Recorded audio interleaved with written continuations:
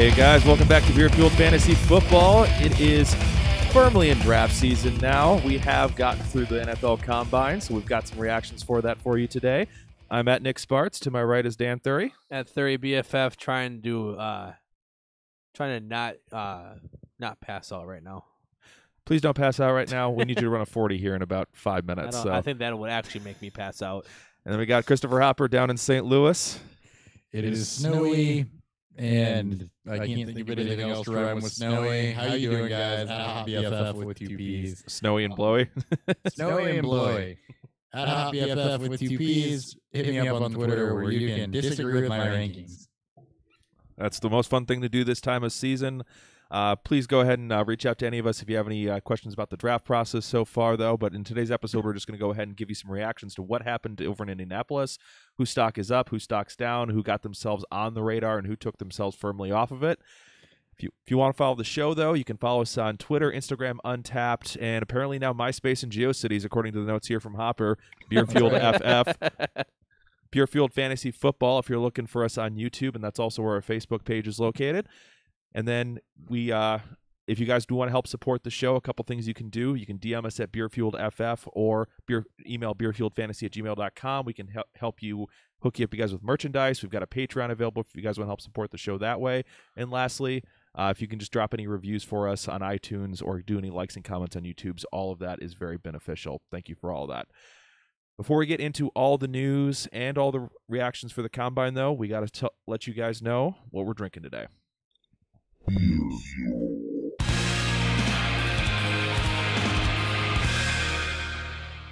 And starting with St. Louis, Hopper, what do you have on today's episode? So I've got, pun fully intended, Haagen-Dazs Mochaccino Milkshake Porter from Burrough Brewing Company. Burrough Brewing Company is out of Columbia, Missouri. I think we've had them on the show before, but I'm not 100% positive on that. They sound very familiar, so probably. I've had a lot of their beer. I know. 6% alcohol by volume. Picked this up on a whim the other day because it sounded good. So we'll let you know what I think of it later. Well, and up here in Springfield, Illinois, we've got Mango Ancho Stout by Schlafly Brewing Company. Second time we've had Schlafly on the show. They're based out of St. Louis, Missouri. Opens with mango, ends with ancho chili pepper, and it clocks in at 6.2% ABV. Full review will come for that once we're done doing our reactions to the running backs. We'll get synced up for you guys next week, so we're not doing both beers.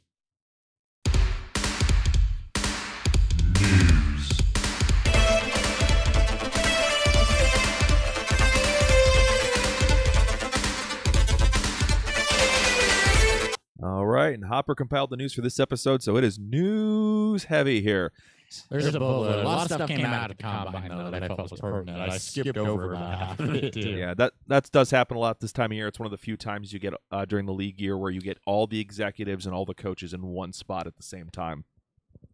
Starting off first, though, we've got the Philadelphia Inquirer reporting that Carson Wentz is expected to be healthy by the start of offseason workouts in mid-April, so he should be a full participant in OTAs. And he'll be broke again by training camp. Seems to be the way it's going here the last couple of years.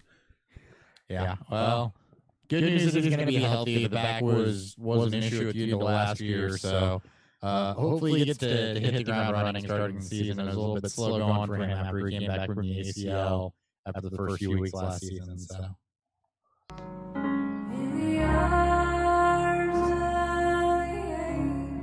Yes, this is for Blake Jarwin, who not for Carson Wentz. I was like, I still had a couple of thoughts, but we'll move on to Blake Jarwin. Oh, sorry. What were your thoughts? No, it's cool. I mean, I'm just going to agree with Hopper that it's good to see that he's finally healthy, and I think, like, for me personally, I'm just going to write off 2018 as a lost season for him with the ACL. I think he came back early. He was hurt for most of it. There's been reports that his back injury was there for most of the season. So, and it just sounds like the whole offense was just kind of in a weird spot. They tried to get cute, and it didn't work for them. All right, but on to Blake Jarwin, who did die to save Monday Night Football. Jason Witten is going to return to the Cowboys on a 1-year, $3.05 million deal for the Dallas Cowboys. So Jason Witten is back to slowly run into the soft spot of the zone and convert a first down again. Oh, my God. Yeah. Why? In the same report, it was expected that he would only play 25 snaps a game, so the Antonio Gates plan. I don't know why they apparently weren't comfortable with the three-headed puppy of Blake Jarwin, Rico Gathers, and Jeff Swaim. Jeff Swaim, that guy. And Dalton Schultz. He doesn't even count. He doesn't count the head. So He's you the haven't earned your head yet. he's the sir. mutated fourth head that's kind of lazily off to the side. conjoined twins, but conjoined quadruplets, but that one died at birth. Is that one going to be a monster in D&D? We're going to have to fight someday. The Dallas Cowboys, a 4-headed Tight end monster. or a 3.5-headed monster. Don't give me ideas. Oh my god. So this is a rich, heavy tight end draft. I think most of our listeners out there should already know that. So this could be maybe they're trying to bring in some more veteran pieces to kind of train up the next person. But otherwise, this move really didn't do anything. I mean, it's They- a Bring in they- needles. Go ahead. I would say it's a bridge deal. What it looks like on a 1-year basis. I think they're just stalling until they can get themselves a more permanent answer at tight end. Yeah. If they draft somebody, they better draft one of the top 4 in this draft, not just draft somebody else low and throw it into the pile and hope it works. At that point, we're just throwing bodies on a pile for doing it that way. It's the Houston Texans plan. Pretty much. All right, Falcons signed quarterback Matt Schaub to a 2-year contract extension that runs through 2020. I don't know why, because Matt Schaub is terrible at this point in his career, but He's good when you're playing the defense against them. pick six Schaub. Pick 6 City. Quote, veteran backup, in quote. Yep. Things. Thankfully, Ryan doesn't miss time. So Yeah, Ryan rarely ever gets hurt. Mike Garofalo reports Travis Kelce had an offseason ankle surgery. He's expected to miss OTAs. It's being referred to as a cleanup, which is such a misnomer, an abused term. Yep. But he is expected to be ready for training camp. Most likely some ligament issue in his lower ankle. It's pretty common. Or scar tissue or bone spurs or something that you want to scrape at. Yeah, I mean, he's a tight end. They take a lot of abuse, and this is pretty common. But I just hate when they refer to everything as a cleanup, no matter what the severity is, unless it's like a very specific procedure. Right. And if you own Travis Kelce and Dynasty, just don't overreact to this, please. Yeah, No. oil spills are cleanups, and so are forest fires. Okay, those are both bad things. Let me rephrase. Spilled milk is a cleanup, and so is an oil spill. There we go. Yeah, doesn't properly give you any context to severity. Right. All right. New England released a little used and highly disappointing and overpaid tight end Dwayne Allen. Hey, Yay. yeah, we're bad about Dwayne Allen. Yep, he might be done. He'll probably catch on some places depth, but Well, New England hasn't ruled out bringing him back, but it's going to be on a way, way cheaper deal than the $7 million he was supposed He's to still a make this decent year. blocker, but that's pretty much all he is. well, I'm old enough to remember that he was supposed to be a viable fantasy option. People lost their minds when he went to New England. Oh, my God. And the other thing also is that they're probably going to be looking at getting Gronk air in the same way that the Panthers have gotten an Olsen air, and the Titans have gotten a Walker air, and it ain't Jacob Hollister. So No. It'll be somebody likely from this draft class. All right. In lighter news, running back Alex Collins was arrested following an early morning car crash and was waived by the Ravens nearly immediately. Collins is facing multiple charges stemming from the incident as he had upwards of 10 grams of marijuana in the vehicle. He has been charged with marijuana possession, intent to distribute, and possession of a handgun. What the fuck? So I didn't he had, know all this. He had an until I read exciting this. day. Golden handcuffs, please. Crafts, I think, still has it. Oh, maybe. A hand job beats drug dealing. It gets bonus points I just think the for NFL like. agrees with that too. It's not as serious of a charge, but it's more interesting. It gets bonus points because what? And it's an owner. At least it Yeah, frees up the but- backfield a little bit more. Hand jobs? Also one thing that's amusing to me and not related to anything. All owners and commissioners and stuff are listed as sinners on Roto-World. So it was like Center Robert Kraft, Center Roger Goodell. I thought the C stood for coach. No, I mean it might, but why is that applying to commissioner? I thought it stood for commissioner when I saw it on Goodell, but it made no sense when I saw it on Kraft. Yeah, I think they just list everybody who isn't an actual player with a position as just coach. No. I don't know why. I don't know why Well, they can't just add either way. owner That's and confusing commissioner. because uppercase C is always been center to me. It's also center too. It's stupid. I don't know why they have to do it that way. All right, but yeah, this may actually help Collins' value, as crazy as that sounds, because it gets him out of Baltimore and might get him a second shot. He's not really worth much to begin with, though. But he went from basically nothing to but he had possibly something. He had the job, and he lost it to Gus fucking Edwards. Oh, I'm aware. And Buck Allen. It's bad, but he had basically lost all his value, and him getting released gives him a slight opportunity. He's gonna get suspended, I'm sure. Or something. He's gonna get suspended for this. It's marijuana. Roger Goodell hates the devil. Yeah. Fuck the gun possession. He's got drugs on him, aka weed. That's exactly it. No, he might be. I won't say that he's done, but I'm not saying that it's for sure going to be good. But now you have kind of like a narrative where it's something better good for could happen. Whoever they decide to bring in the next one. It is whoever they draft out of this. Well, fucking horrid. Yeah, more on that later. All right, Jeff Howe of The Athletic is reporting Todd Gurley has arthritis in his knee, is considering stem cell treatment for it. Well, this explains the non-playoff usage, and is a huge concern going forward, in my opinion. He's now J.J., but better. Yeah, so arthritis is kind of an interesting diagnosis. I was talking to a physical therapist about this when it broke. Basically, arthritis is just you seeing damage on like an MRI or an X-ray on the joint. So that doesn't necessarily mean that it's symptomatic. Now, the fact that they were limiting his usage would point to that it probably is symptomatic and affecting him in some way, but until we know more and get more information about how it's affecting him and how it's going to limit his off-season workouts, we don't know quite enough right now. His value is dropping pretty heavily. Yeah, he's definitely out of the top 3 right now. I think there's got to be they'll find ways to make sure that he can play. I mean, it could be JJ, and you have to take that risk. But Todd Gurley's a top 3 talent in this league. They'll shoot him up with Toradol, and he'll play or he'll find ways to play. But the thing is, if it is degenerative, it is the same knee towards ACL. Yep. But if it is degenerative, they're hello John Kelly. Let's fucking hope so, because that'll be CJ Anderson again. Let's not. I don't want to talk about. It needs to be John Kelly. Mm-hmm. All right. Adam Schefter reports the Raiders, Redskins, and Chiefs have all kicked the tires on Antonio Brown. I have very different feelings about those 3 teams. I have the same. Well, wait. Raiders, Redskins, Chiefs. That should have been Titans. That's my bad. Rather than the it's Chiefs? supposed to be Titans instead of it's Chiefs. supposed to be Titans, not Okay, Chiefs. that makes a hell of a lot more sense. I'm like, why would the Chiefs need anybody? They're all different. I had that was 30 levels of fake news on the Chiefs. Yeah. Breaking news: Patrick Mahomes. What does it will always be do throwing with Antonio Brown? to Antonio Brown next year. Price is way up. Heard here first. I mean, there's been rumors of him going. There's been rumors of him going to Green Bay. He's been talked about everywhere. I mean, fuck Minnesota. Well, but then he won't get off Twitter and is just pissing people off. Well, I mean, like he did a thing with LeBron too. This did break at the combine, so it was more than just rumor. Yeah, so I would hate the Raiders.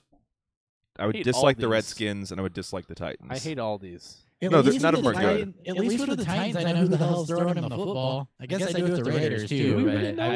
It's because I know who's throwing him the football with the Raiders that I don't like it. Well, obviously, Josh Rosen is going to be the Redskins quarterback, so. There's been reports of them trying to trade. Reports everywhere. I would like that more because the Redskins' offensive line is good until they're all out. Yep. So for at least 6 weeks, he'd be protected, maybe. 3 weeks. 3 weeks. Moving on to free agent Demaryius Thomas was arrested for vehicular assault following an accident in which he was traveling 70 miles an hour in a 30-mile-an-hour zone. Jesus Christ. This is going to be just a fine. Vehicular assault legally is less of a bad charge than it sounds like. Yeah. Yeah, vehicular assault sounds like you tried to run somebody over, and rules admits that you're driving and cause an accident where somebody else in the vehicle is injured. Yep. So it's like a step up from reckless driving. Yeah. Where someone was actually injured in the process. Yep. All right. Ian Rappaport reports the Jets have assigned a second-round tender to RFA Robbie Anderson. It's interesting because I could see a scenario where a team says, well, no, I can't. Never mind. We're not talking fantasy drafts. Yeah, that probably means he's getting re-signed. I don't see a team giving up the second-round pick for Robbie Anderson. Now with the depth for this year and just the amount of outside big receivers that there is that you can find that could be, there in the second round. They're in the second round on his level, if not even further down.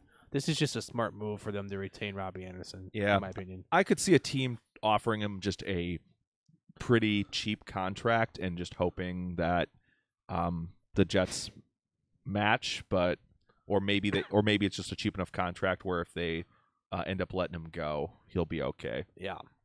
Yep. So it'd be a situation where you're trying to, if he leaves the Jets, it's going to be because he's on a bargain, but I'm assuming the Jets will match. Yeah. Yeah, I would assume they will also. All right. Bob Condata reports Seahawks wide receiver Doug Baldwin underwent knee and shoulder surgeries following the season. He should be ready for week 1.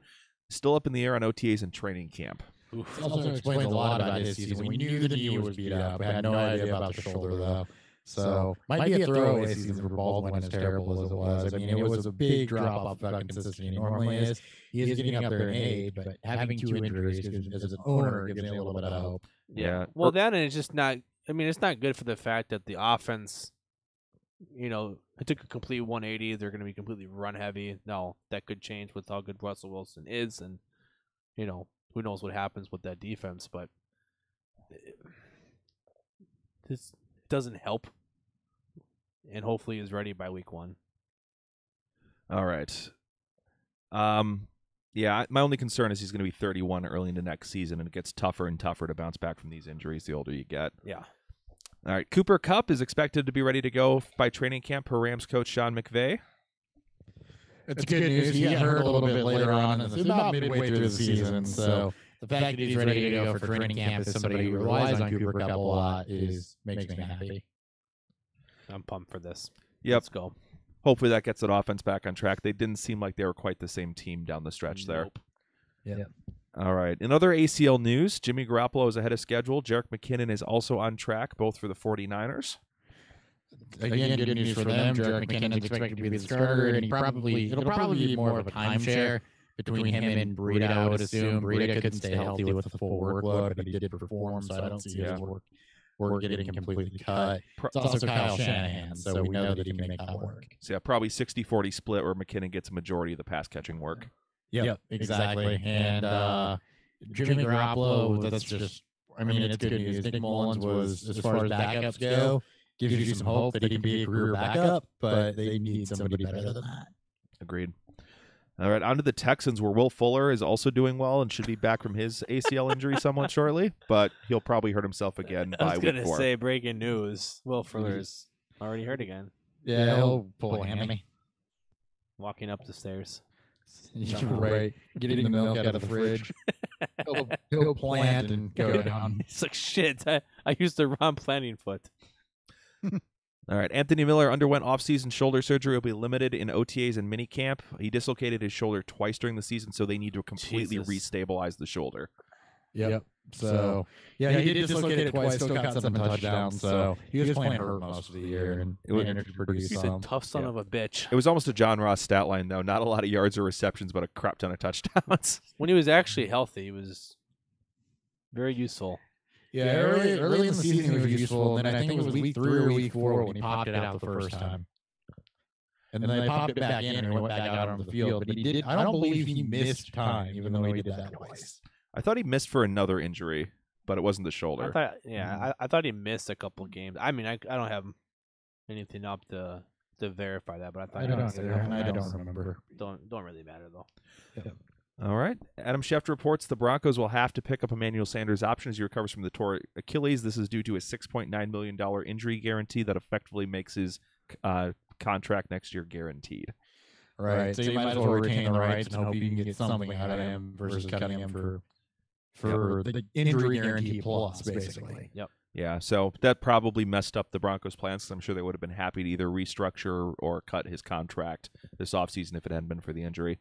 Part of the long con by Emmanuel Sanders. It was also in that same report that he would not restructure. Yeah. Well, yeah, he's got $6.9 million injury guarantee. Why would he? Right. All right, Jack Doyle underwent off-season hip surgery and will be sidelined until at least training camp per Mike Chappelle. So not a great start to the offseason for Jack Doyle. The hip is what bothered him all season, though. So he continues his Dennis Pitta career track. And then Makes me sad. Then Mike Garofalo reports Eagles will not franchise tag quarterback Nick Foles, allowing him to become a free agent. Hello, Jacksonville's new quarterback. Sounds like they're the only team who's even interested. Yeah, Jacksonville's on it, and then it'll be a Rams or Redskins situation again because Nick Foles can only perform in Philly. And Blake Bortles will make his way back to being the starter. It's like the Garrett Blunt. I don't think just always Bortles is on the team next year. I don't think so either, but he'll find a way to start for Jacksonville. He's the LeGarrette Blunt. He'll find a way to start for somebody. Yeah. All right. I didn't realize this guy was a free agent, but Raiders tight end Jared Cook is expected to test the open market per GM Mike Mayock. I didn't realize it either until I read that note. I mean, some teams going to give him, veteran, minimum, maybe a little bit more. He'll get more than that. He's also, 30? 32 or 33? Maybe I'm way off of my age, which wouldn't be surprising. Well, but he'll be 31. He'll be 32 in April. It just feels like he's been there for. But either way, my question is why. You were in Oakland, you were performing. You're doing fine. They want to pay you. You're really the only option they have. Why are you trying? I guess it's miserable, but why are you trying to go someplace else? Well, he's just testing the open market, which means he wants to find out his value. He's probably looking for one last payday. He wants to get. He probably wants to get a multi-year deal to at least give him some more insurance with some decent guaranteed money. Guaranteed money, in hopes that maybe he can land at a team that will also compete. I don't know if this tight end class who's going to give it to him though. I mean, there's only so many tight ends to go around, and so many teams need a tight end. Also, injury. I mean, put him in New Orleans. Maybe, yeah. Well, I wouldn't hate it. No, I wouldn't either. Adam Schefter reports the 49ers have assigned the non-exclusive franchise tag to kicker Robbie Gould. The sides have until July 15th to work out a long-term deal. Kicker news had to get in there. But yeah, I haven't heard of any other franchise tags, and the deadline for that is what, next week? Yeah.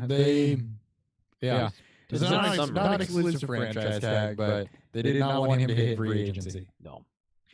He was being linked back to the Bears a ton, too. Sorry. Yeah, right? Instead we get, I don't know, they interviewed every kicker at the Combine, so maybe they'll address somebody. The Ravens have released wide receiver Michael Crabtree per Adam Schefter. I think that one should have probably been higher on the list. No, this one's fine. Down at the bottom. You got to have a quarterback that can throw at the wide receivers for the wide receivers to matter.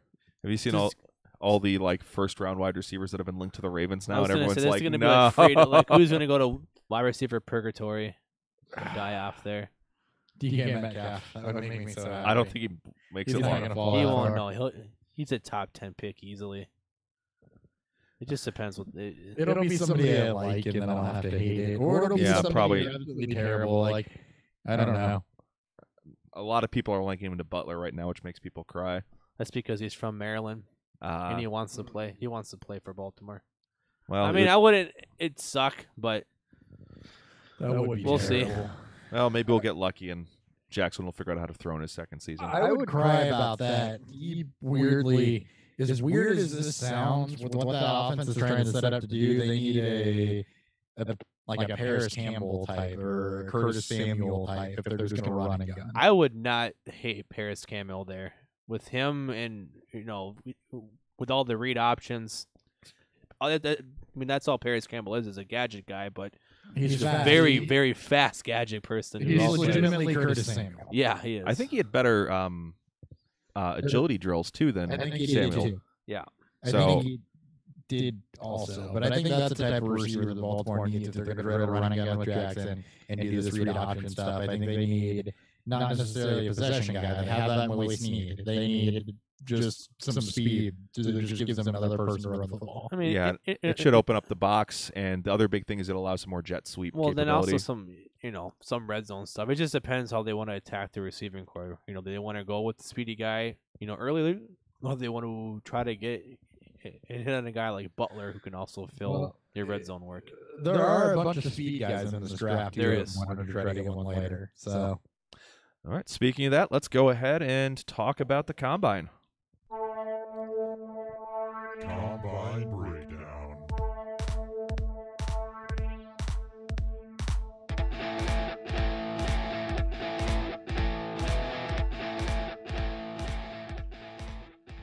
All right, for this combine breakdown, we're going to start off with the quarterbacks.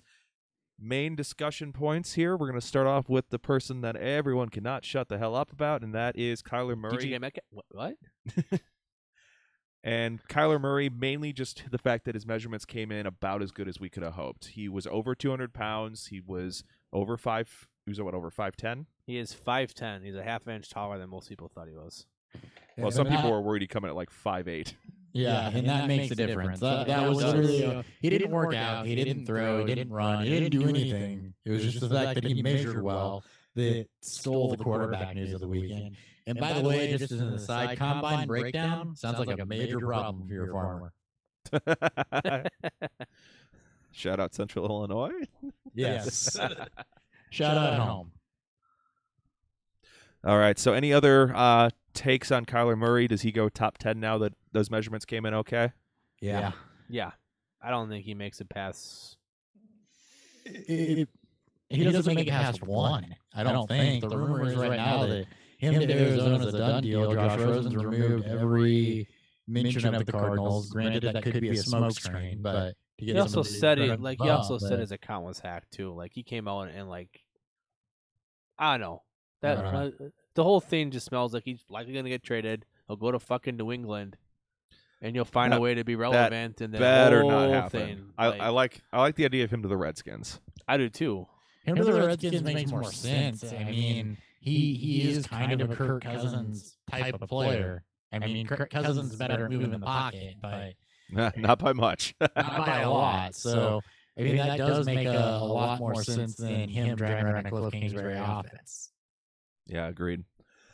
All right, any other major quarterbacks that had their stock up for you out of the combine here? So I'll go, and then Dan can go. There's 3 guys that came out of this looking good for me. Drew Lock was one of them. He put together some really, really good workout numbers. He put together a 4.12 shuttle, which backs up the athleticism that you saw on tape. 4.69 40 is good in terms of quarterbacks. 7.03 3-cone, so athletically he checked the boxes, and he looked really, really good and really, really accurate in his on-field drills. So he bumped his stock up a bit for me. Ryan Finley, who's a guy that I hated, actually tested not athletically bad, showed more zip at the combine than he did on tape, and really, really good ball placement. And then Clayton Thorson just kind of reinforced the fact that even though he's a bit streaky, he can be exceptionally accurate and has good size. He may stick around as a backup. Actually, those last 2 guys may stick around as backups, but those are the 3 that rose their stock for me. What? No Tyree Jackson coming in as a just absolute tank of a build. He's going to be drafted. He's on my watch list. I haven't watched his tape yet. So he's a guy that jumped out off the film to me athletically that I put on my guys that weren't on my radar that now are because of the combine. All right. Anyone else for you, Dan, that jumped off the page? No. For me, unfortunately, I didn't get to watch a whole lot of the combine. I was trying to react to what I saw on Twitter, and through what Hopper would text us throughout the process. But I didn't get to see a lot of the passing drill, which is the only thing I really care about for quarterbacks is just how they do. Just watching some of them through the gauntlet drill and then through some of the other route drills that they ran afterwards, it's nothing really stuck out. I didn't get to see Haskins, who I wanted to see, but it looks like he didn't test extremely well. He did not test extremely well, but he also bumped up a little bit in drills for me. He showed accuracy. He's going to have some erosion problems as far as what happens if he moves the pocket. So he's still not my quarterback 1. He's actually my 3 or 4 right now. I think he's my 4 right now. How do you look throwing the ball deep? Because I'm not concerned about his short and intermediate throws when he has a clean pocket is when he has to throw it deep. My concern is. Even on the go routes, he looked fine. He was putting the ball outside shoulder. He wasn't fading it inside where the safety was going to pick it off or anything like that. It looked like he had enough air under it and enough zip under it to where receivers were able to adjust. Okay. Yeah. Also, but I did love everyone roasting Stephen A. Smith when he came in with the 5.04 40 time talking about the run first quarterback. Yeah. Move quarterback. Yeah. Yep. Thanks, Stephen A. I guess as long as we're talking about people to watch, you mentioned Tyree Jackson. He came out of this looking really, really good. 6'7", 249. Ton of zip on his throws to where I think the most entertaining moment of the combine happened when Steve Smith told him to cool it. because he was zinging at wide receivers on the gauntlet drill. Yeah. Yeah, he was trying to break their fingers a la Brett It Favre, was right? hilarious. Yeah, to Steve watch. Smith just live on camera walks up mid-drill. I was like, dude, Chill it.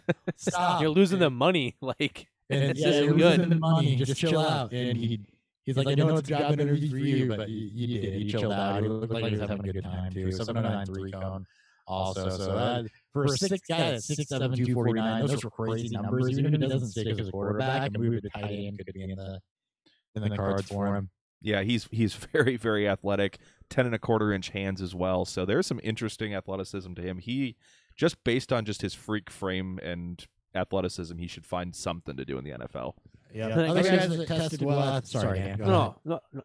I'm just gonna say just a quick thing on Trace McSorley. Just if anybody who's in love with them. That's exactly where I was going. Oh, well then go ahead. You're good. Yeah, I was going to McSorley. He tested great, first off, as far as athleticism goes. 4.57 40, 709 3-cone, 4.12 20-yard shuttle. He looked every bit as fast as he did on tape. NFL teams asked him to work as a defensive back, though. He did decline. So usually if you get asked to work at a different position, that's not necessarily a good sign for your current position. But I thought he was okay. What did you have to say, Dan? I was gonna say I believe he was recruited out of high school as a defensive back, and then he moved to quarterback, which is why teams were asking him to try out at the position that he played in high school. Yeah, he was. And again, he tested incredible athletically.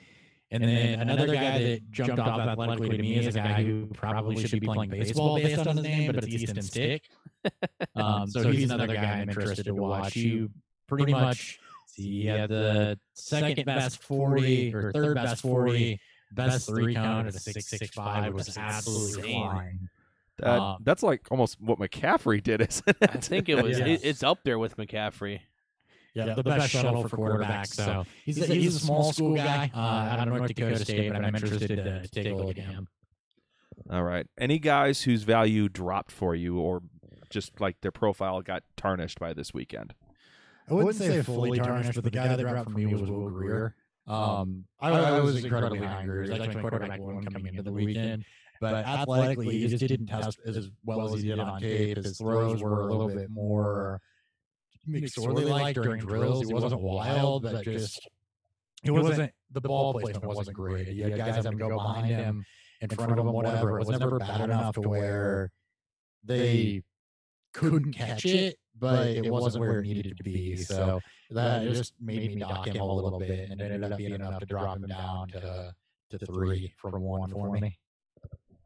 And nothing really moved for me again because I wasn't able to really watch a lot. I think just whole common experience for quarterbacks just kind of put the hammer down on this is not a strong class.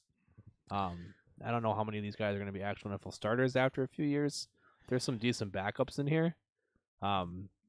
There's the top is there's a lot of raw upside in guys like Haskins and Murray, but yeah, I mean, just based on what we've seen here, I don't think this is a 2013 bad class. This is no. I expect you get probably 3 to 4 starters like we have the last couple years. I was going to say 2, maybe 3 starters, long-term starters out of this. It just depends. Haskins, Locke, Murray, and then maybe Greer. So 3 to 4 for me.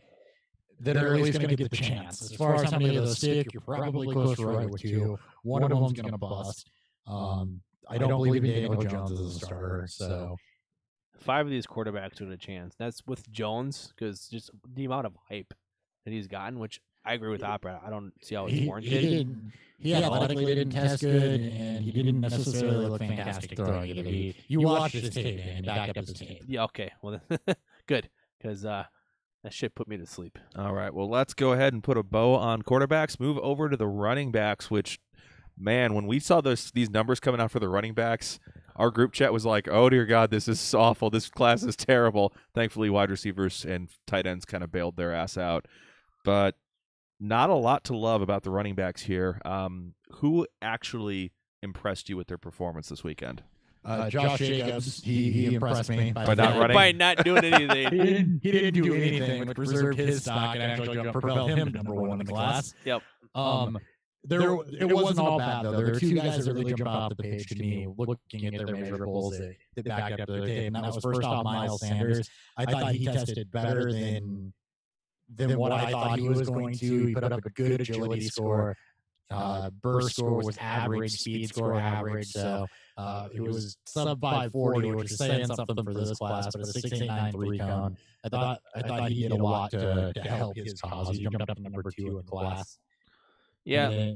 Go ahead. I'm sorry. I forgot that we're going through our top three. No, go ahead. If you got something to say on Sanders, let's just go player by player. Word. I love Miles Sanders, and I'm putting my foot down on him. I mean, for him, he wasn't a guy that was going to jump out on his speed. It was his cutting ability. It was his patience, his vision.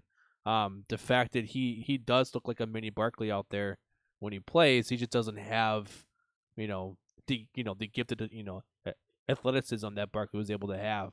Sanders could be the best running back in this class. And he proved that by having one of the better, if not the best, running back combine. I think he could be also. We'll have to see what Jacobs does his pro day, because Jacobs bombs his pro day, and that may put Sanders up to number 1 in this class for me. But he was fantastic. Another guy that really improved their stuff for me. I liked his tape. I did not know he was going to test athletically as well as he did. I would not have thought that watching his tape. And Alex Barnes. The guy is 226 pounds, ran a 6.953 cone, sub 4.640, 34 reps on bench, 4.10 20-yard shuttle. So he showed the short range quickness, he showed the agility, the ability to cut. It does show up on his tape. He loves to hit people. He's a big between the tackles runner. Kind of reminded me a bit of Brandon Jacobs in his running style, but with the ability to get outside. Mm-hmm. So he's another guy that I'm super excited about, especially after seeing how he tested at the combine. Yeah, he's a guy who went from somebody who is probably borderline undrafted in rookie drafts right now to he may have jumped up into the second round. Well, just with how bad the running backs that we haven't talked about have tested, yes. This is a guy. I haven't been able to watch his tape yet. I'm trying to watch a bunch of these quarterbacks before we start our draft review on those. So Barnes is a name that I'm putting down as one of the first guys I'm going to start watching as soon as I'm done with quarterbacks. I watched his tape. I had a second round grade, a mid-second round grade on him for rookie drafts. And now that his combine numbers are coming back in, he's going to jump up in the back end of the first for me with a ton of wide receivers and tight end up there. Damn. Yeah. All right. The other name that I saw that I thought showed well enough to match kind of his hype coming in was Damian Harris. I think he's somebody who's been forgotten a little bit, who tested well enough and didn't kill his stock at all with what we saw out of this class here. Yeah, the reason he didn't move a lot for me is because I already had him ranked decently well based on his tape. And really what I saw to him, the 4.57 40 was not really a needle mover for me. He didn't do any of the agility drills. But he didn't do anything to hurt himself either. So he just kept himself right where he was. Yeah. This is what I expected him to test. The same with David Montgomery, which I know we're about to get to in a second, so I guess we can start on him now. Hurt his stock a bit by running not running a sub 4.6. I was hoping he'd go into that mid 4.5 range. No vertical, so his burst score sucks. I believe he did not run any agility drills as well. His player comp right now in Player Profiler is Carlos Hyde. Probably with a little bit better receiving ability, but he did not help himself. Yeah, the only real good news that came out from Montgomery on this is he came out with one of the thicker frames in the class. He's at 5'10", 222. Yeah, he bulked up a bit. So that helps. He's at least big enough to take the abuse, which is a good sign. Yeah, 31.9 BMI was second in the class, only to Benny Snell, so that was good. Yeah. Benny Snell. But other than that, he fell from the number 1 ranked running back to me into the number 3 out of guys that I watched. And it's just the 40 time wasn't good. Drills were all right, but I was really hoping he'd be a little bit faster. I thought he played a little bit faster than that. All right. Anybody else that bumped their stock this weekend for you? Down? I got a couple. No, I meant up. No. That was Jacob, Sanders, and Barnes. Of the ones that I've watched, yeah. It is up out of the ones that I've watched. There were a couple guys that jumped out, though, that I'm excited to watch now. I thought that Rickwell Armstead, who's a guy I had not even heard of until I looked at the combine stuff, he put up a pretty good day, 4.45 40, 7.02 3 cone. Not quite as good with the 20-yard shuttle, but he did enough also in drills with his pass catching ability and everything for me to take notice. And then James Williams is another guy that It tested really, really well, especially with the agility work. He's drawn some James White comps that I've seen, a little bit smaller back at 5'9", 197, so I'm excited to watch him. And Jordan Scarlett out of Florida is a guy that had some height, but not really the productivity, and then came on and did all right. So, I mean, we're grading on a curve here, so we'll see what we get. And then I'll add one more. Justice Hill from Oklahoma State. Yeah, BMI is a big concern with him. He's He's not going to be an every down back, Yeah. but he was extremely productive. He looks like a satellite back, and then he tested extremely well with the drills that he did. 4.40 helps. Well, he also had the highest vertical and the highest, broad, and I think He tied for the longest broad and had the highest vertical. So yeah, he's right there with. He's from the same mold, James Williams. Yeah. There's 1 pound that separates those guys. exactly. So yeah, he was another one. I actually had a list. I had a list of about 5, but I was cutting it down for the show. But he is another one that I did write down as post combine must watch. All right, who are some guys who tank their stock? And there is a lot of them. Well, we already talked about David Montgomery. I think the biggest one is Elijah Holyfield, and I was actually kind of happy to see this because I did not like his tape. But man, I did not expect it to go this badly. No, yeah, he needs to have a great pro day, or he's not even getting drafted. He'll get drafted, but it's day 3 right now. He was a day 2 prospect that fell firmly to day 3 now. Yeah, 4.8 40 isn't going to do it for you. 29.5 vertical, so absolutely nothing on the burst score, nothing on the speed scores. Didn't do any agility drills, so he didn't help himself there. Looked good on tape, but that was about it. I guess 26 bench press reps was good enough for 3rd in the running back class.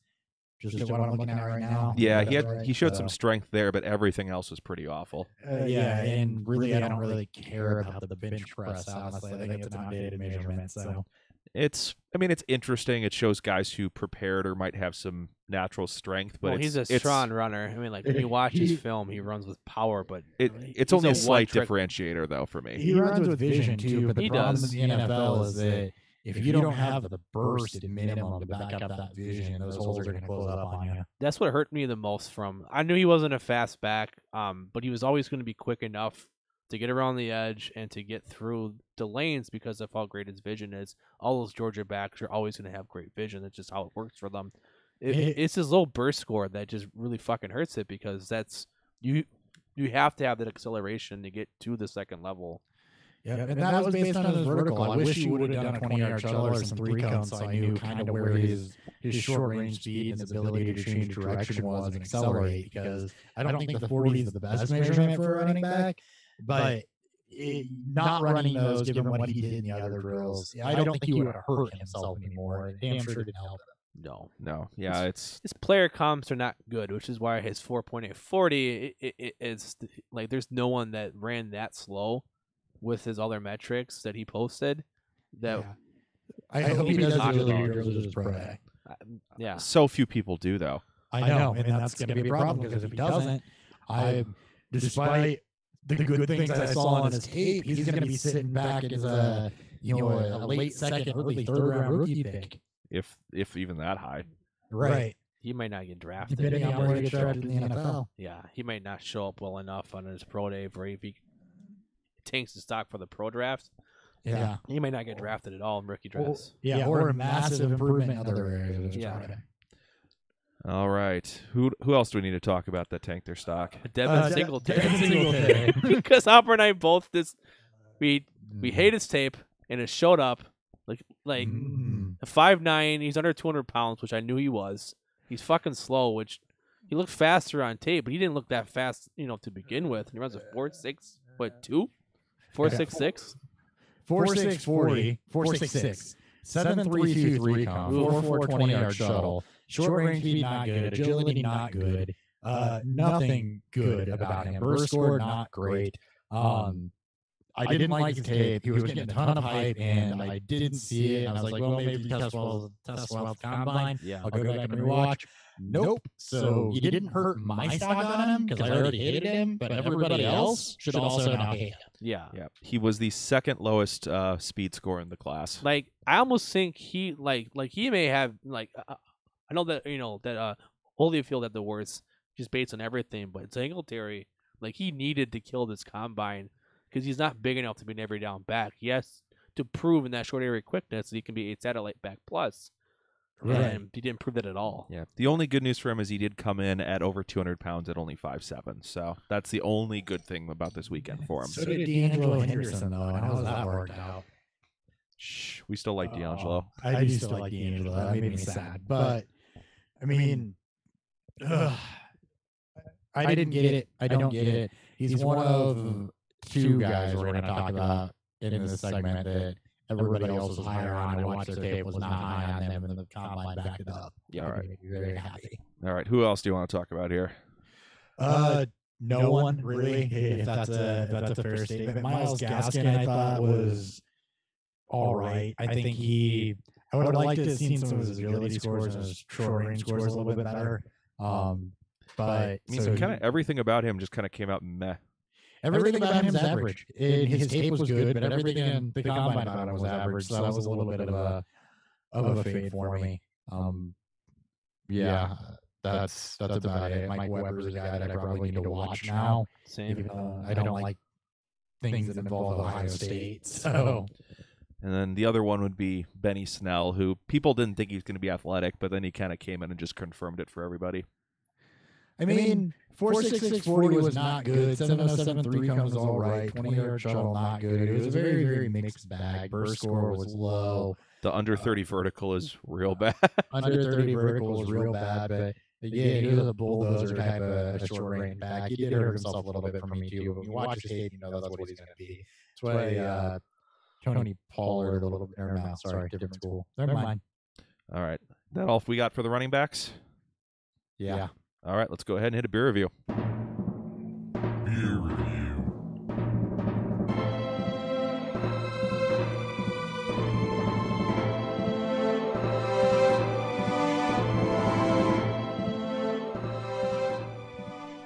All right, Hopper, we'll start with you. What did you think of Das Mochaccino Milkshake Porter? Haagen-Dazs. Very, very good. You get some of the coffee on the nose. It fades into the mocha, a decent amount of chocolate. It's still got that lingering coffee taste. The milkshake and a porter I thought was a neat trick because it really makes the chocolate pop out of it more so than any of the roastiness, and it gives a really creamy, smooth finish. It's a very, very good beer. I actually like it more than I do some of the like milkshake IPAs or stouts even. You may have had a better can because when I had it, it was all coffee, and it was so much that I could really finish the beer, which is surprising because I like coffee. Well, and in full disclaimer with this one, you've had this one before? I have. So, full disclaimer, the first one I had tasted like it had been in the can for a while. Okay. I got a lot of aluminum off of it. The second one I had, which was this one, because I thought it was going to be coming up there, so I just bought it to kind of sip on. The second one I had, which is this one, lot better flavor. Okay. I did have it set out for a little bit too, so it wasn't quite as cold. I may have to revisit it then because I was excited to try it when we got it in at work. And when I had it a couple weeks ago, it massively disappointed. Yeah, I was disappointed the first go around with it. The second round go around with it, I thought was better. Okay. Good. Yeah, that's a good reason to always give a beer at least always 2 tries. give them at least 2 tries. Always. All right. And then, Dan, what did you think about the Mango Ancho Stout by Schlafly? Speaking of things you give multiple chances, I didn't hate it the first time I had it, but the second time I actually like it a lot more. The mango really does pop out, especially on the nose, or on the nose as well, but especially in the mouth. The chocolate is subtle and it really complements it, where it doesn't like nothing's too overpowering, and it's a great stout that I think it's hit it on a little bit more because you don't get a lot of mango stout beers. So I'm a big fan of it. All right. Yeah, I like it a lot too. It's a little weird with the ancho chili powder, but it's done a lot better than I've had with other chili beers before. They tend not to be my thing. If I had kind of one thing I'd prefer not in beer, I'm not a big fan of like the habanero, jalapeno, chili powder type beers. It's not heavy on it though, which I think is what helps it. Yeah, it's just more of kind of a slight aftertaste at the very back end, which yep. helps. But I like the upfront mango. Mango stout's kind of an interesting combo that I don't think I've had before. So it's at least novel and interesting at worst. And if this is your type of beer, you probably would really enjoy it. All right, let's go ahead and jump over to the wide receivers. We've got the top tier kind of set between about 4, maybe 5 guys now. Biggest news of the day. I think it's 4 now. I think Harmon may have fallen off. Harmon firmly fell out of that for me. Yeah. So that would be Metcalf, Harry, Butler, and Brown. Yep. So Metcalf was the big one who kind of won out this weekend running the 4.3340. And then he ran his agility drills. And his agility drills were did not catch headlines and were definitely showing an issue. So he's looking like he's going to be mostly a vertical jump ball type receiver. Yeah, so here's the thing with Metcalf. Everybody's freaking out about the speed drills. Nobody's talking about the agility drills. Yep.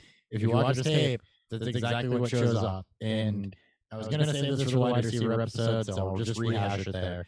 The thing with his tape that I did not like, he does not cut well, he does not run routes well, he does not change direction well. He gets that big frame going, and he is pretty much just a deep ball, deep threat, jump ball guy. And unless he can figure out how to change directions and run some routes, that's not going to get it done as a top round pick. You cannot ignore the athletic talent, but that is what I mean when I've been dropping the I hate DK Metcalf tape jokes, and it just backed up with the agility drills. Worst in class 3 cone, I think, and pretty bad 20-yard shuttle too. Yeah, he's the biggest boom bust prospect in this class because if things can click, because he's only 21 and a half years old, right around there, so he's got age on his side. He's gonna have the draft pedigree, so he's gonna have an opportunity for at least his first 3 to 4 or 5 years if he can remain healthy, which is another thing that people don't talk about. Like the 1.6% body fat, that's extremely unhealthy. I don't know how that. 2, they don't measure it. I think that's total bullshit. The fact that it kept getting talked about during the broadcast. It was all from a tweet from what's his name from NFL Network. Amin Rappaport. Yeah, it was just Rappaport just tweeted out, and it's like, where the hell did you get that information from? Yeah, I don't know, but that is anything under 4% is unhealthy. I mean, that's less than what bodybuilders will get themselves to before a competition. Yeah. Even then, they're at that range. So and I thought for a 6'3" frame, he almost looks too big to be shifty. I mean, he's built like a freaking linebacker. Yeah, like he needs a linebacker. Yeah, I was actually shocked he came in at only 228 as well. I was too. I thought he'd be closer to 240. He does look like a mini LeBron, except he doesn't have the overall. I mean, I don't know, but. Yeah, so pump the brakes is basically what I'm saying with DK. And we talked about this all draft season. He's my wide receiver 3, and he's my wide receiver 3 for a reason. That's he can't change direction. That's a big part of playing a wide receiver position. I know you guys do too, but I put so much more stock into the burst and the agility of the wide receivers and the running backs than I do the straight line speed. It just depends on what they're supposed to be. But this reconfirms that Metcalf he's a one-trick pony. He's raw, so things could change. Right now, he's just another long, big-bodied, Dante Moncrief style, of receiver, where he's super athletic, super fast. But, someone put it out on Twitter, he needs to drop the dumbbells and start using that yoga mat. Because he needs to get some swivel in those hips. He needs to be able to move, cut. He can't create separation, and he's not going to win all the time in the NFL like he did. He did sometimes in college. You got to be able to separate or at least position. He wasn't good at bodying people out either. Yeah, very raw talent. All right. Other names who did pretty well here. You got N'Keal Harry listed down. He came in with a faster 40 time than I think people were expecting, coming in under 4.55, came in at 4.53. Does he kind of solidify himself in the top 3 of the class now? He's my 101. He solidifies himself as the top 1 in the class. Yes, he is the 101. He is the safest with arguably just as much upside as Butler and Metcalf with a lot higher floor.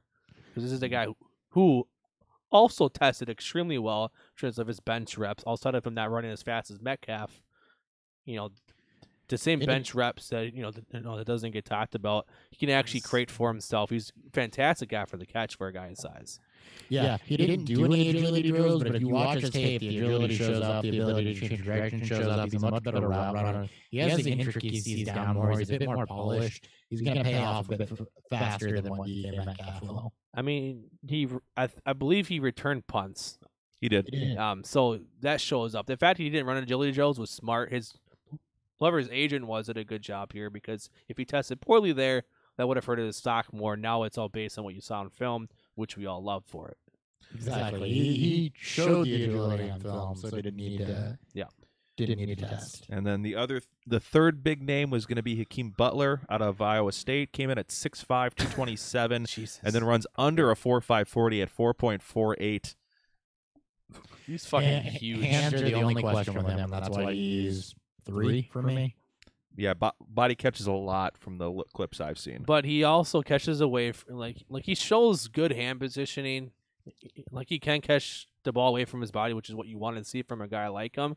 Again, he's just, he's a raw route runner. He's a raw prospect. His other issue is that he's already 22, 23 years old. He doesn't get that great breakout age like, some of the other guys have had. But Yeah, more on that later for him during a wide receiver prospect. But I mean, he shows the agility, he shows the speed, but he's just got he is a little bit more polished than DK. Yeah, I'll give him that. He's taller, so that's good for him. I mean, not coming in at 6'6" was a good thing. No, he's bigger than 6'5", but he's not quite 6'6", which is good for the advanced metric guys who try to do player comps and to see where his upside could be, and that changes a lot. Reminds me so much of Mike Evans. Yeah, I mean, he's kind of a slightly worse Mike Evans prospect, isn't he? Yes. Without the overall production, he doesn't have like the great sophomore breakout year. He couldn't, he's playing Alan Lazard. It's because Alan Lazard. Yeah. Problem is that Lazard didn't get drafted. We like him, but that shows him hurts the advanced metric guys who also, test on those. Yeah, but Lazard athletically tested a lot worse. True. All right. And then the last guy in the top 4 is going to be A.J. Brown out of Ole Miss. Came in, ran under a 4.5 40, 4.49, which is solid for a guy who's likely going to play out of the slot. And he's got a stupid thick frame at 6 foot 226 for a wide receiver. He can play outside too. He can't play outside. He moved to the slot this season with Metcalf and Lodge both being there, but he played his last season outside, so he can do both. Mm-hmm. He's got the athleticism to do both. I think he's probably the best route runner in the class, or at least out of the top tier in the class. Yeah. He's got better hands than the rest of them. Didn't quite test as well in the agility drills, but I thought that he didn't do anything too well. He didn't test on the agility drills. Sorry. Still, 4.49. It's about where he plays at. He didn't do anything to help or hurt himself. He just stayed right where he was for me. Yeah, exactly. All right. Anyone outside of the top 4 who really helped themselves this weekend? 3 for me. David Sills, first off. He's a guy whose tape I liked, but athletically he showed up better than what he did on tape. He came in at an under 4.6 40 for a guy that can play, is big enough to play the slot and outside. He's 6'3", 211, came in under 4.6. 6.973 cone, though, is where it really shows up for me. Burst score was slightly above average, just a bit above average in everything. He comps really, really close to Adam Thielen as far as size and his metrics go. Good hands, good route runner, good technique guy. So he's actually a bit more athletic than Cooper Kupp. So I do like David Sills a lot. I thought he did very, very well for himself. And he's also a little bigger than Cooper, isn't he? Yep, he's about 2 inches taller than Cooper Kupp. That's why I think Thielen's a better comp. He's a little bit heavier, but they're the same height, and they came in a bit closer metric-wise also, as far as agility and burst go. All right. Andy Isabella. So we knew Andy Isabella was fast. The questions to him were his hands and whether he had the agility to go with it. And Andy Isabella is one of the rare cases where he's a speed guy actually tested just as well in as far as his agility goes. 20 or 4.1. I lost it. 4.15. Yeah, 4.15 shuttle's good. 4.31 on the 40. His agility score came in at 11.1, which is above average. So I thought that when I was watching him in drills that the route running had improved, but I really thought the hands had improved. He wasn't body catching, he wasn't double catching or anything. So whatever he did between the Senior Bowl and when he's been working with Randy Moss, actually, between the Senior Bowl and when he got to the Combine and it showed up on tape, he was doing a lot more hands catching. He's a smaller guy, probably mostly going to be a slot, but I think he's a better version of D.D. Westbrook. He's going to be slot. I mean, he does show the speed to play outside vertically, which is where his role could be if you move him inside, though, like Topper said. He's could only be 5'9", though. That's the one thing that gives me pause on the outside. Yeah, but you can see little. True. No, and I completely agree. But the fact that he has the speed to at least do both, he can be just another gadget guy. But I think he's more than just that. Yeah, I do think he shows up as the ability to do more than just that. So he upped himself a lot. And then the other one, I think this guy is actually what everybody wanted Keyshawn Johnson to be. More on him later. But Stanley Morgan Jr., and you guys know I was going to talk about him because I raved about him earlier, came in with a 10.91 agility score, ran under a 4.55 40 at 4.53, 6.78 3 cone, 4.13 shuttles. This is a guy when I was watching Nebraska 2 years ago.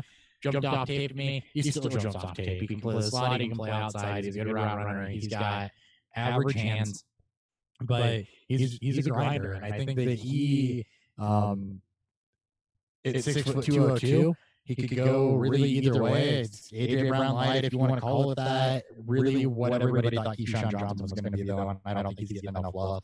And I thought that he athletically tested better than I thought he was going to. Yeah. All right. So I'm going to be watching where he lands because I think if he can fall into a spot, the fact that he tested that well with his agility drills is what, like, he could be a very good slot receiver in a high-powered offense. All right. Anyone else for you, Dan? Paris Campbell, just reaffirmed the fact that he's extremely fast, but gadget players in the right offense can be fantasy. Could be a fantasy goldmine in some places. Miles Boykin, out of Notre Dame. You gotta be a little bit careful because his player comp and player profiler is Chris Conley, but he tested extremely well. I'm excited to watch his film. Yeah, I want to see if it backs up how well he tested because he was top or near the top of class in everything. And then I'm probably gonna butcher this, but Ashton Dolan, from Malone, small school guy. So big shout out to Miguel, Dynasty Guru guy who loves to point out all the small school guys. He tested great from his advanced metrics pre-combine, backed that all up with a fantastic combine. This is another small school guy. I think of Justin Watson of last year, where he jumped off the page and was actually able to get a combine invite, unlike our boy Justin Watson was last year. Yeah, I mean, he came in with an 18.3 breakout age, a 60.9% dominator rating, and then came in and performed solidly in all the combine drills. So just don't be Krishan Hogan. Just stay healthy. And don't fall in love with the dominator rating either for a small school guy. It's 60.9. That is fantastic, though. I mean, hey, we talked about this last year with Justin Watson. At a certain point, you can't ask a guy to do too much more. He was at a small school. Obviously, that helps him boost that up, but he still put up a 60%. He was their entire offense. You expect small school guys to be in the 40s to the 50s normally, but 60 is absolutely dominant for that. I can't take that away. No. Yep. All right. And then very quickly here, any guys that really hurt themselves this weekend? Harmon may have hurt himself the most out of any player in this because he's a top 5 guy for a lot of people, and he still is around that spot for me, but he was a top tier guy for everybody. And what showed up, low agility score, he ran a terrible 40. It just reaffirms. The 40 was okay. He ran a 4.62 40 was okay. I remember a 4.62 40. Oh, for a guy 4.60, okay. who was supposed to be an outside player that's too slow to play outside. He has the size, but if you can't create separation, which he shows inconsistency on tape to do that, you're not going to win, especially outside. So this may put him into the slot, but then he ran a slow agility score, but then he posted a shitty 3 cone and just an overall bad agility score, which, it's going to hurt him overall depending on where he's going to play. I mean, 11.47 is not bad. An atrocious one. It's just bad. It's pretty bad. He hurt himself with this. Yeah, it wasn't the worst in the class, but I mean, most guys are going to sit 11.2, 11.3. You got guys in here that are sub 11, 11.47 or 11. What was it? 4.7? Yeah, I mean, it's technically higher than Metcalf. Yeah, but true. But for a guy that was supposed to be a top round pick that didn't blow away the other metrics like Metcalf did. Yeah. 2 guys for me. One makes me sad. One makes me happy. The one that makes me really sad is little Jordan Humphrey. Yeah. He had a terrible day. Not in drills. He actually looked good in drills. He was all right on a 3-count, 709. His agility score was fine, but 4.75 40, not great. He does play out of the slot. I think we now know why he plays out of the slot. Yep. 33.5 vertical was not good. 119 broad, also not good. He's another guy like Elijah Holyfield that I need to do really, really well at pro day. Otherwise, he's not coming back up from that tier 3, tier 4 where he dropped down to. Yeah, he's gonna have to land somewhere friendly for this to work out because he's too slow to play outside, and that just really limits what he can do for an offense. Yeah, I loved his tape, but that was not good. Yep. The other guy makes me really happy because I hated his tape and everybody liked him. Just rinse wash for people who just said about Devin Singletary. That's Keyshawn Johnson. Now, John Gruden will probably draft him because he's like, Keyshawn Johnson, this worked out once before. No relation. But 9.74 catch radius, that's really bad. 19.9 breakout edge, okay, that's relatively good. 109.5 burst score, really bad. 4.60 40, okay, fine. 7.28 3-count, bad. 30-inch vertical, bad. 117 broad, mediocre. 4.23 20-yard shuttle, meh. He was not saying he's undraftable, not saying he might not land someplace good, which makes him viable. But the way people were talking about him was that he was like the best slot prospect in this draft. And I think he's at least third or fourth best at this point. That's fair. We still have a lot to go. I do have a lot to go also, but he hurt himself badly. Yeah. Right. Anyone else who hurt themselves from the wide Riley receiver Ridley. class? Now, we haven't watched his tape, but the massive debate is, I think, finally been put to rest because, yes, he can run one route extremely well, but everything else is garbage. From an advanced metric standpoint, this is horrible for the guy. He will get drafted. He played in Georgia. They're going to use a hole. He ran in it. He put in a run first offense. Blah blah this. Blah blah that. He is by far worse than his brother. It is not even close. Well, and another big part of it is that he just can't. All of his metrics came in bad, and then he came in under 200 pounds. It's just a real bad combo. Yep. You need to have some decent size to have the but he metrics can run he posted. the pro route really well. He's great at running one route. That's awesome. All right. Anybody else? No, that's it for me. All right. Let's go ahead and quick run through the tight ends. Looks like we definitely have a big four developing for this class as well. Of course, we got the two guys out of Iowa in Fant and Hawkinson. We've got Irv Smith out of Alabama, and then who is the fourth guy we got jumping up now? Jay Sternberger. All right. Is the fourth guy that jumped up for me. But really, Jay Sternberger is not. And let me reset. There's a top two. There's a top two, and there are a couple guys below that are pretty good. Okay. The top two is very, very clearly T.J. Hawkinson and Noah Fant. And then you get a drop off. And then you get Jay Sternberger or Smith.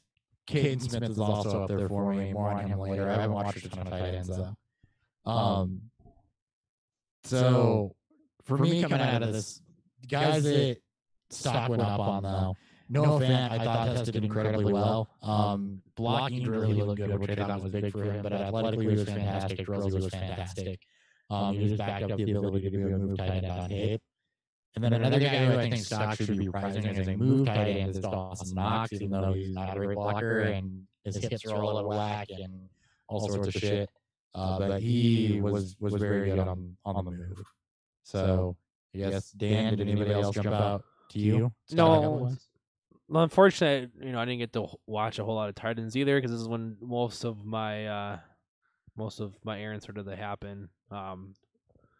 So, just like with Hopper, I still have to watch a lot of the tight end tape, but it's just good to see the top tight ends actually show up and none of them disappointed after what the running backs had shown us before. But Fant and Hawkinson is going to be the biggest debate point because Fant tested, I think, better than what even most people thought. You're looking at 96th percentile test, spark, and everything else. He's right up there with guys like O.J. Howard and, Vernon Davis. So Fant tested better than Hawkinson. Hawkinson got the better tape and is more rounded as far as being a blocker goes, and some of his polish goes. I think Noah Fant, though, compared to George Kittle athletically, I think he's even better, isn't he?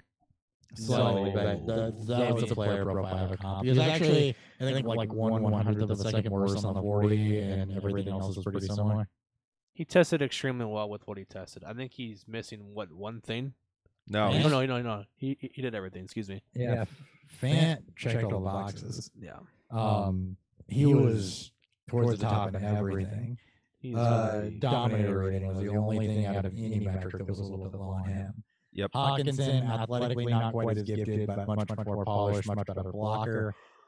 He reminded me of a better Mark Andrews out of last year's class. Those are clearly the top. And then Dawson Knox, like I said, he just looked good in drills. His tape looks good. He's oft injured, not a good blocker, but could be more of a move type guy. Yeah. And then I think people were a little surprised that Irv Smith came in at 6'2", which may hurt his stock slightly.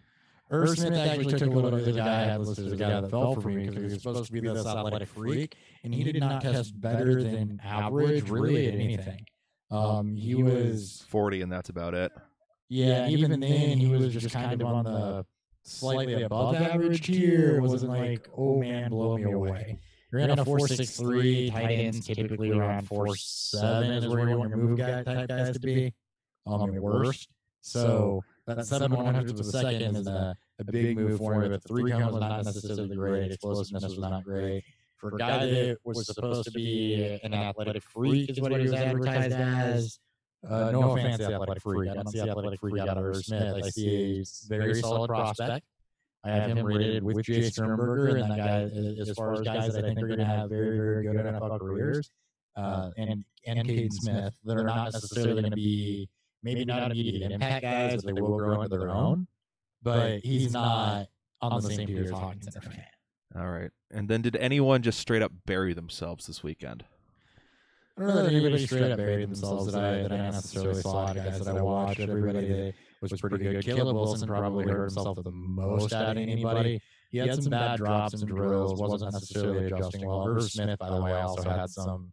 He had some catches that were good, but they were good because he wasn't tracking the ball well. But back to Caleb Wilson, he just looked stiff as a runner, stiff as a route runner. Didn't look very fluid at all. So there were things there that I didn't like about him. I think he hurt himself the most.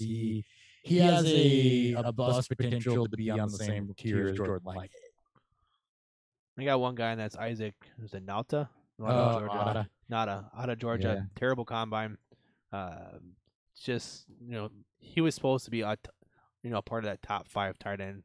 Those top guys, and a 4.990 to 9.140 time. Pretty much buried whatever comp you can try to give him. Right now, you're just hoping that something can happen at his pro day to kind of bump those numbers up a bit. Georgia's pro day is going to be must-see TV. And it could be a lot of people ending their NFL careers before it starts. Right. We're all there to see DeAndre Swift, who won't be playing. All right, guys. Unless you guys have anything else, I think that puts a wrap on this episode. Thank you. I do. Oh, sorry. There's 3 guys that jumped off that I'm excited to watch that I thought tested well. Kahale Waring out of San Diego State, Josh Oliver, and Elise Mack. All tested well athletically. All guys that look good in drills that I'm excited to take a look at going forward. So just look for the full review on them coming up when we start doing our draft stuff. But be aware of those names, especially Josh Oliver. He jumped out from an athletic standpoint and a drill standpoint more than any of the rest of them. All right. Sounds good. Good to know. All right. Well, I think now we're done. So thank you so much for tuning in, guys.